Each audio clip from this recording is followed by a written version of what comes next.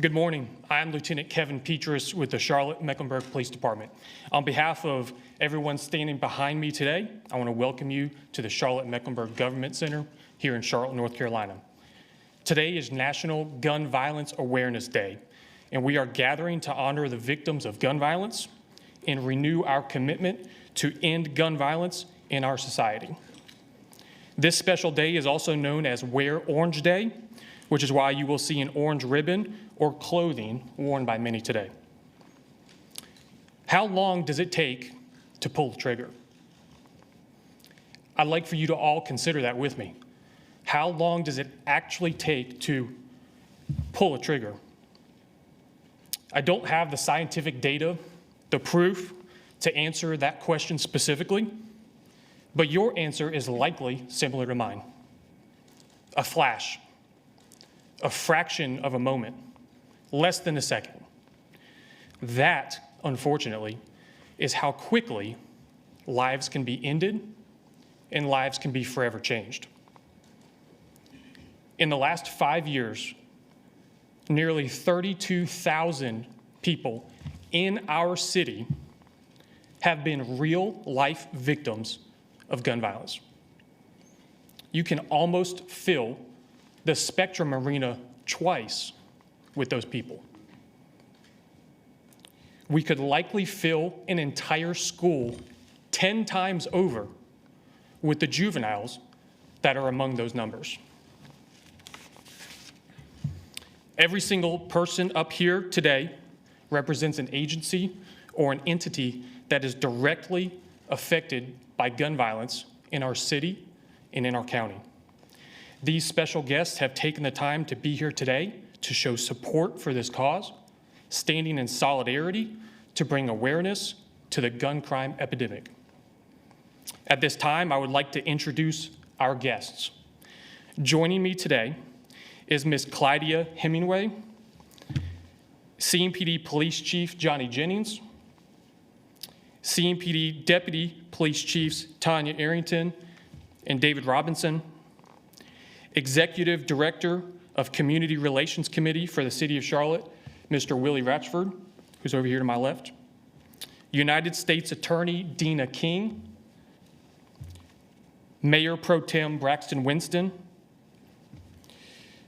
Mecklenburg County District Attorney Spencer Merriweather, who's here to my right behind me, and following him, Mecklenburg County Manager Dina Diorio, Medic Deputy Director Jonathan Studnick, Charlotte Fire Department Battalion Chief Bobby Cash, Charlotte-Mecklenburg School System Police Chief Lisa Mangum, Charlotte-Mecklenburg School System Chief Operations Officer Brian Schultz, Bureau of Alcohol, Tobacco, Firearms, and Explosives Special Agent Kamani Howell, and Mecklenburg County Sheriff's Office Major C.D. Youngblood. We have 5 speakers that will be delivering remarks today for the press conference. The speaking guests will be available for questions at the end of the press conference. However, we will only be taking questions on the topic of gun violence and National Gun Violence Awareness Day. Please hold your questions until the end, after all speakers have completed their remarks. Our first speaker is Ms. Clydia Hemingway. Ms. Hemingway's son was shot and killed at a Charlotte apartment complex in May of 2019. She has become an amazing advocate against gun violence and is constantly fighting for change. She also volunteers at CMPD as a victim services representative. Ms. Hemingway.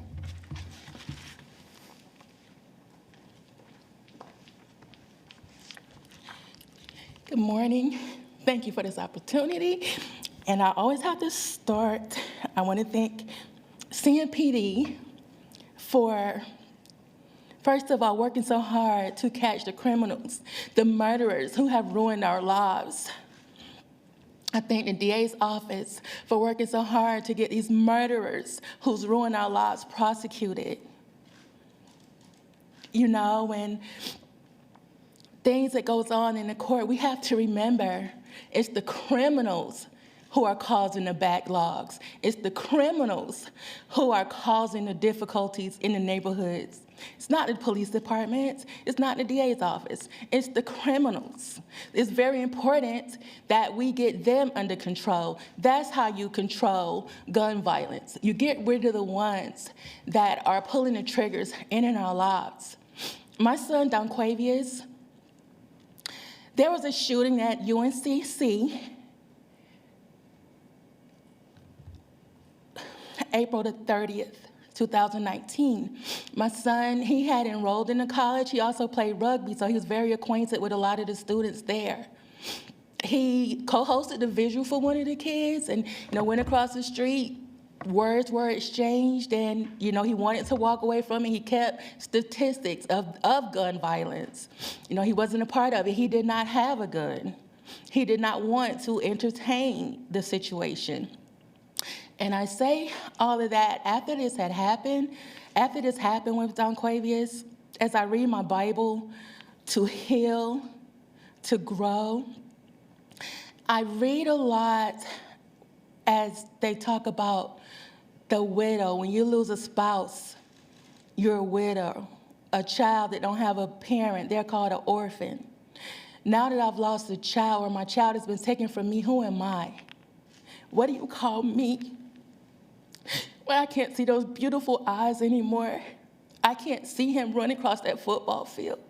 Took me almost 2 years to watch sports again. I have 4 of the siblings. They're hurting. I grieve him. I grieve for my children because they have the flu. You can take them to the doctor. You can get them healed. I don't know what to do about them losing their brother. I don't know what to do about me losing my son. Except fight. I'm in Raleigh constantly because I've had to go in front of a judge 2 times to explain why this person should not be on bond. That shouldn't even be. The fact that they committed a crime lets you know that they're a danger to society. They have constitutional rights as well. And consequently, the very first one is the very first section of the North Carolina Institution. It's inalienable. We have the right to life and enjoy the fruits of our labor. Donquavius, he was so loving, he was so loyal, he was giving. He was first talks of Union County Rugby and Charlotte Rugby Club. He had dreams. It's not fair to say everybody dies. It was just his time. No, it wasn't, because when I carried my son, God showed me who he would be, and it definitely wasn't to be a 22-year-old dead. He'd only been 22 for 8 days. 8 days. He would have been 26 years old. He often, April, he wanted to blend the gaps within the community to help create better people and his peers. Union County, he was served the sheriff department Easter dinners, and we continued it on to today. We've also served Mecklenburg County as well.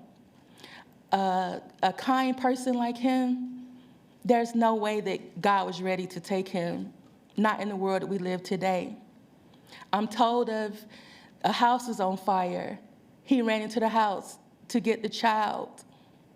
I go to Starbucks. A young lady said, "Can I tell you what your son did for me?" She spoke on how she was at a graduation party and she was being bullied and harassed. He stood with her the entire time, drove her home, and he caught an Uber home. He's not a person that should have been taken away from here. Gun violence, we've got to make it to the point of bipartisanism to where it's human violence. This is humanity. Too many lives are being taken at the hands of someone pulling a trigger senselessly.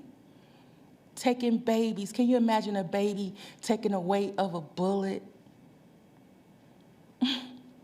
Donquavius, 22, just in his 20s, and he's gone from me.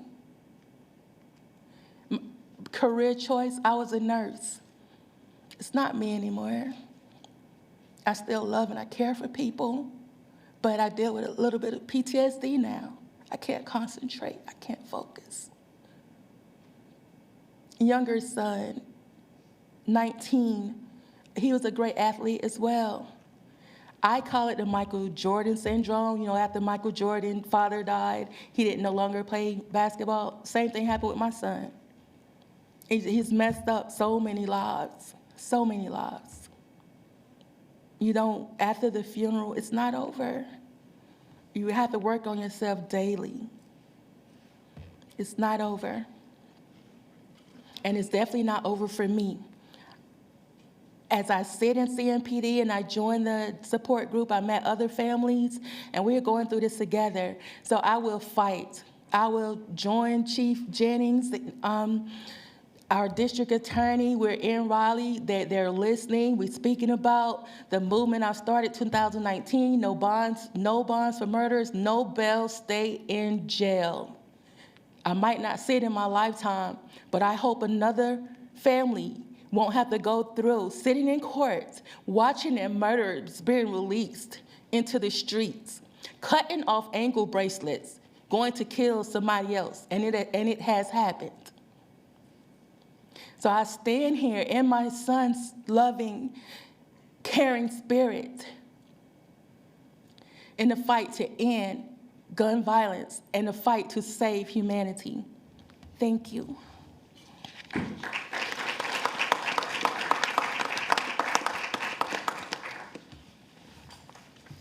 Ms. Hemingway, thank you for sharing so passionately about your son. Our next speaker is CMPD Police Chief Johnny Jennings. Chief. Thank you.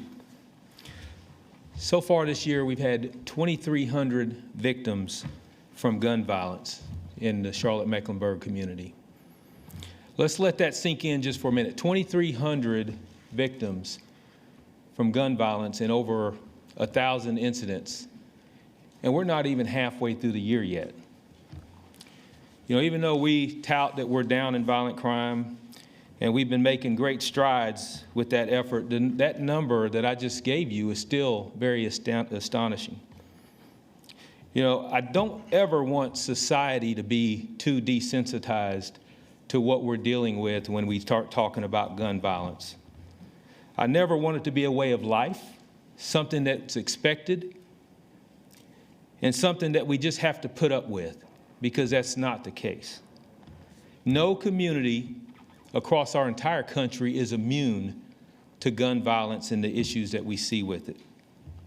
You know, we always talk about the numbers and how the numbers mean something, and they do. But those numbers represent actual victims or actual lives lost. But you just heard from Ms. Hemingway, the mother of a young man who was tragically killed in our city, that his life mattered and his life counted. But I also suggest something else to you. You know, as we gather here today on National Gun Violence Awareness Day, when we say that we've had 2,300 victims of gun violence this year, or even when Lieutenant Peter spoke of the 31,000 victims over the last 5 years. That way of thinking can be a little too simplistic. You know, we're missing the full picture, and we need to reshape how we're thinking when we start looking at the victims of gun violence. The true number of victims can't be counted. It's immeasurable. Ms. Hemingway is a victim. She's a victim of her son's murder. She bears that incredible weight, as you just heard her talk, of having lost a son. Children, parents, siblings, friends, co-workers, they're all affected when gun violence occurs. Police officers, detectives, telecommunicators, crime scene technicians, anyone who assists in these violent events, they're also impacted. The whole community loses a sense of safety and security. Our children suffer, entire neighborhoods suffer from the fear of feeling unsafe. All of these victims are collateral damage, and they're often unheard or unseen. And how often do we really consider the young student who notices an empty desk that was once occupied by a classmate who's gone? The employee whose coworker didn't show up for work that day? because of gun violence. The emergency room staff who tended to the gunshot wounds, who tend to them on a daily basis. We don't usually consider these people as victims, but they really are. There is no one who is unaffected by the public health crisis that is gun violence. A victim comes with every pull of the trigger in our city. Let me say that again. A victim comes with every pull of the trigger within our city. We cannot overlook that gun violence affects the mental and emotional health as well as overall wellness of every person in our city because it is trauma. As a father of 3 sons, I'm living in the same reality as each and every person and every parent in our society. Is my child safe going to the movies, going to school, going to the mall? So what is the solution? We need to renew our efforts to prevent violence in our city. We need strong families and strong conflict resolution. We need to teach our children to respect each other, and we need to model that behavior. We need responsible gun ownership, going to any lengths to keep our firearms safe. We need accountability for offenders who victimize others in our community. And I want to speak to every Charlottean and say that we can do better, and we have to do better together. This is not a police issue. Let's go back to neighbors looking out for neighbors, and let's take care of each other. This is a call to every person watching and listening to let you know that this problem is a shared problem and deserves a shared solution. Behind me stands a team of dedicated professionals who are tasked with making our community a safe place to live, work, and play. We stand united in our solidarity against criminal gun violence. This is a worthy cause. It is an effort that should receive our undivided attention and investment. Preventing continued victimization in our community for our community is what we owe each other. Thank you.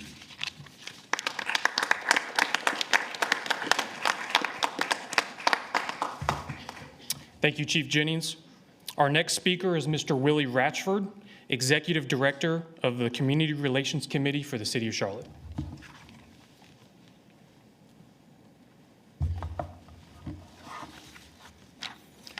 Before I share my comments, to Ms. Hemingway, I don't know if you're still in here, but I want to thank you for your grace.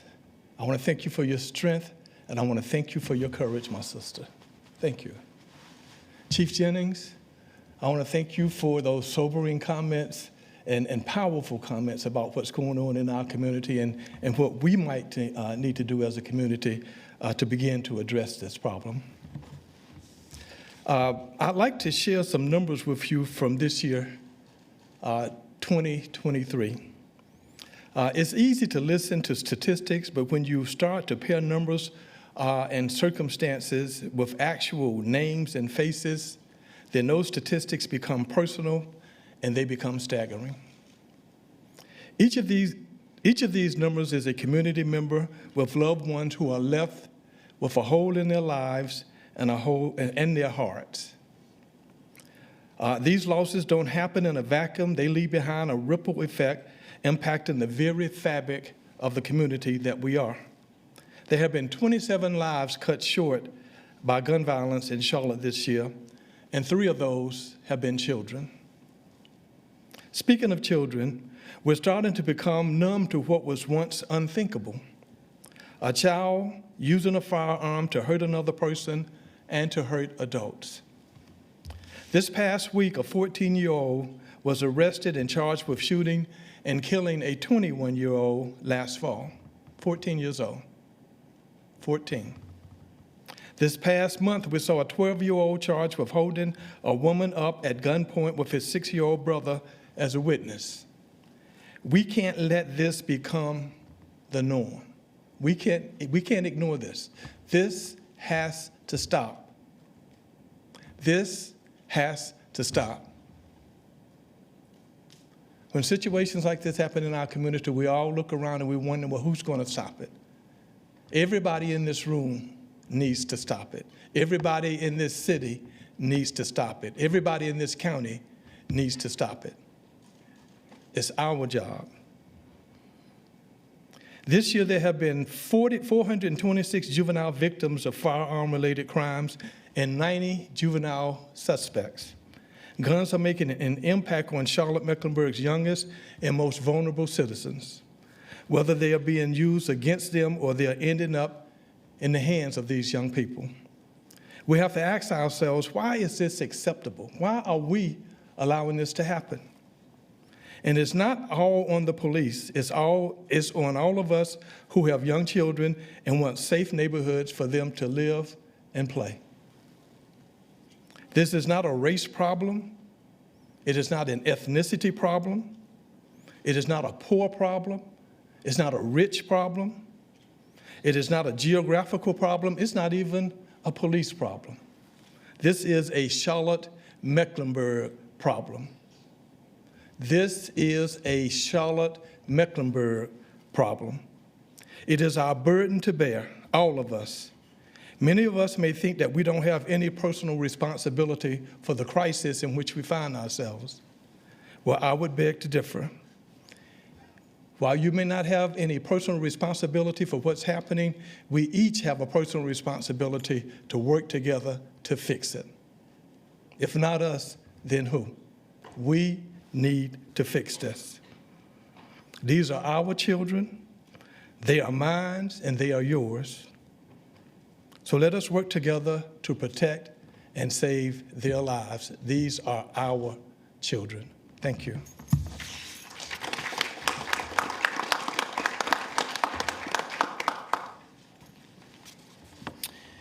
Up next to share with you is United States Attorney Dina King. Attorney King was sworn in as a United States Attorney for the Western District of North Carolina in 2021. Ms. King.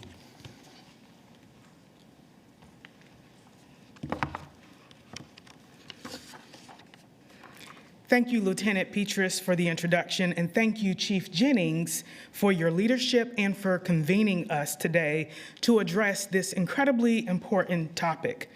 Confronting gun-induced violence, reducing gun crime, and amplifying our violence prevention and intervention efforts continues to be an important priority for the Justice Department and for my office. It's also a priority for each of us. Whether we serve in law enforcement, first responders, city officials, or elected representatives, it is the fundamental reason as to why we do the work that we do. We have each made a professional and a personal commitment to ensure the health, well-being, and safety of those we serve. We are here because we believe that all of us, no matter where or who we are, deserve to feel safe in our homes and deserve to feel safe in our neighborhoods. We're here to reassure the community that violence is not inevitable or inescapable, and that together we will continue to do our part to hold accountable those that are responsible for causing the greatest violence in our communities. We are here to reiterate the importance of partnerships in confronting our shared challenges, and at the top of that list is gun violence. And we're here to reaffirm our shared commitment to keeping communities safe and upholding the rule of law.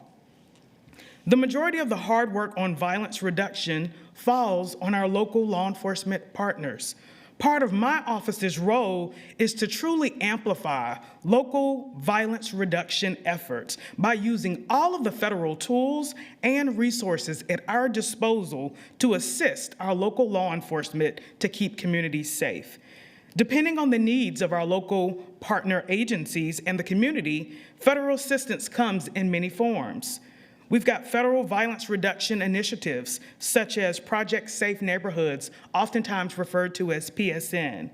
We have partnerships with our state prosecutors, specifically Mr. Merriweather's office, including the Special Assistant U.S. Attorney program. The sharing of data and intelligence on criminal activity and implementing federal gun laws to disrupt gun trafficking organizations. We seize illegal firearms and identify the straw purchasers that are buying firearms on behalf of people that can't lawfully buy them. We prosecute repeat offenders who continue to violate federal firearm laws. And then we work to administer federal grants that support local initiatives and address the needs of our local law enforcement agencies. We're here standing shoulder to shoulder with our counterparts with renewed dedication to the well-being and the safety of our communities.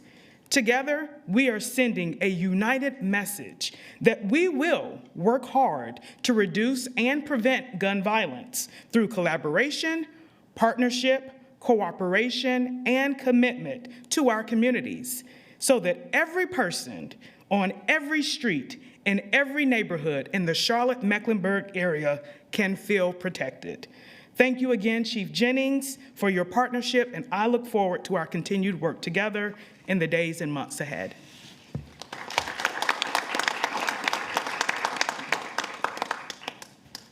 Thank you, ma'am. Our final speaker is Mr. Mayor Pro Tem for the City of Charlotte, Mr. Braxton Winston. Sir.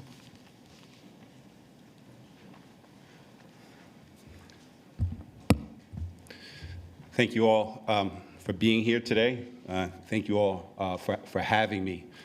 I want to start by addressing Ms. Hemingway. I know this is not going to be enough, but what I would call you is loved. You are loved by your community. I have seen you speak about your son on several different occasions, and every time it's one too many times.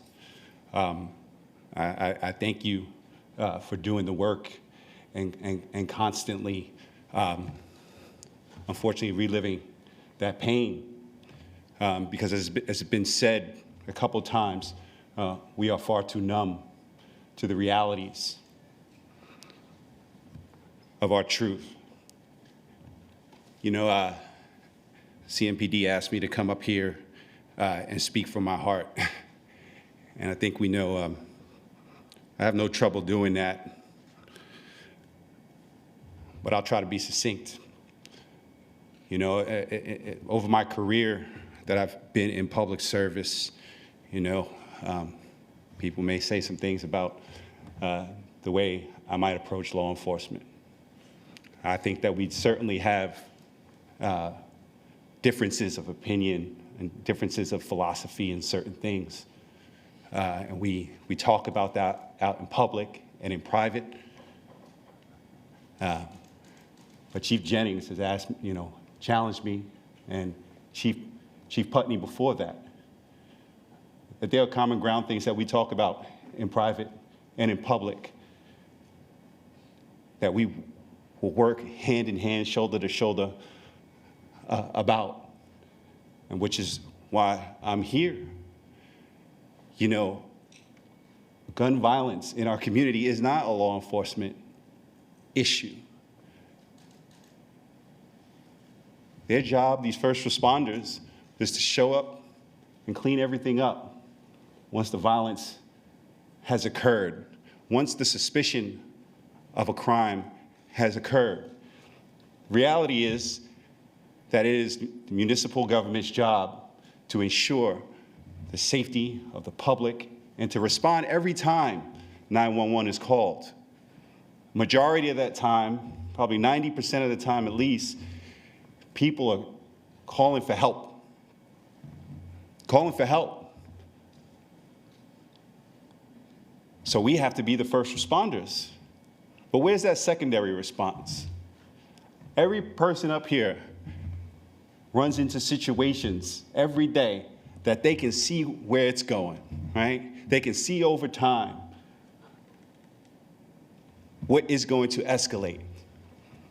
But where are we supposed to send people to get the mental health care that they need? Where are we supposed to send people to get the conflict resolution that we need? I was talking to one of the chiefs earlier, and they said, when people are in desperate situations, they do desperate things. Why is it easier to acquire a gun than it is to get the mental health care that they need? Why is it easier to acquire a gun than it is to get a job that is going to give you the living wage that is necessary to exist in this city? Why is it that my 6 or 7-year-old knows what to do in an active shooting situation? Why is it that I walk through the halls of our public schools and now I see trauma kits to deal with excessive bleeding? You know, I know where I was in Sandy Hook. I'll never forget that.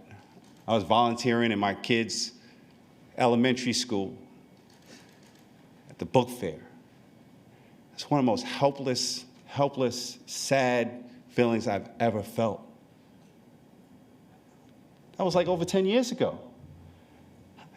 How many of these events have we gone through? As Mr. Ratchford said, this isn't an urban issue or a rural issue. This isn't, I would challenge that this isn't even a Charlotte-Mecklenburg issue. This isn't just a North Carolina issue. This is an American issue. This is a culture issue. We have to treat each other better. We have to do something about these guns. CMPD stops people all the time, cars full of guns. That's not illegal. If a crime hasn't occurred, there's nothing they can do. We're one of the most incarcerated nations in the world. We are one of the most policed nations in the world.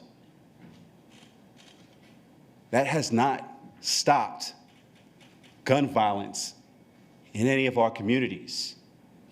So I stand here with all branches of law enforcement, with fire, we've had to purchase bulletproof vests for and bulletproof helmets for, the district attorney who we've talked would love to go out of business if it were all possible. The county, my colleagues on city councils, James Mitchell, our community members that are doing the work to try to create those secondary responses. You guys are going to ask us some questions in a second. I don't know what answers that we'll actually give. Chief Jennings just said how many thousands victims of gun violence in our community already? It's too many to even fill the airwaves. You can't even report on it. So what else would you talk about? So I'm grateful to be here. As long as I'm around, I know my colleagues on city council and in the city of Charlotte will continue to work to find solutions to achieve our primary responsibility as a government, to ensure the safety and well-being of all of our citizens. But again, this is something that we're going to have to come together as Americans to change the culture, how we do what we do. Thank you again, Ms. Hemingway, for representing our community. And again, I just say, you know, you are loved. Thank you.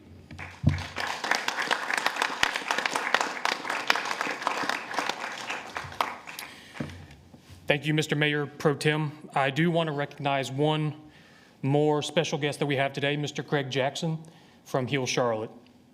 Thank you for being here with us. That concludes the prepared remarks from those on our speaker list for today. You have heard their passion and commitment for change in our city and beyond. You have also heard some statistics about gun crime and juveniles. While those statistics are indeed troubling, we do have hope. Part of that hope comes from these statistics. Violent crime is down in Charlotte. Year to date in 2023, the number of victims of gun crime is down 4% compared to the same period last year. Further, the number of victims of gun crime and the number of gun crime incidents have trended down each year since 2020. This is good, encouraging news, but we all agree that the work is just getting started. This is not the end, rather the beginning of a fundamental change in our community.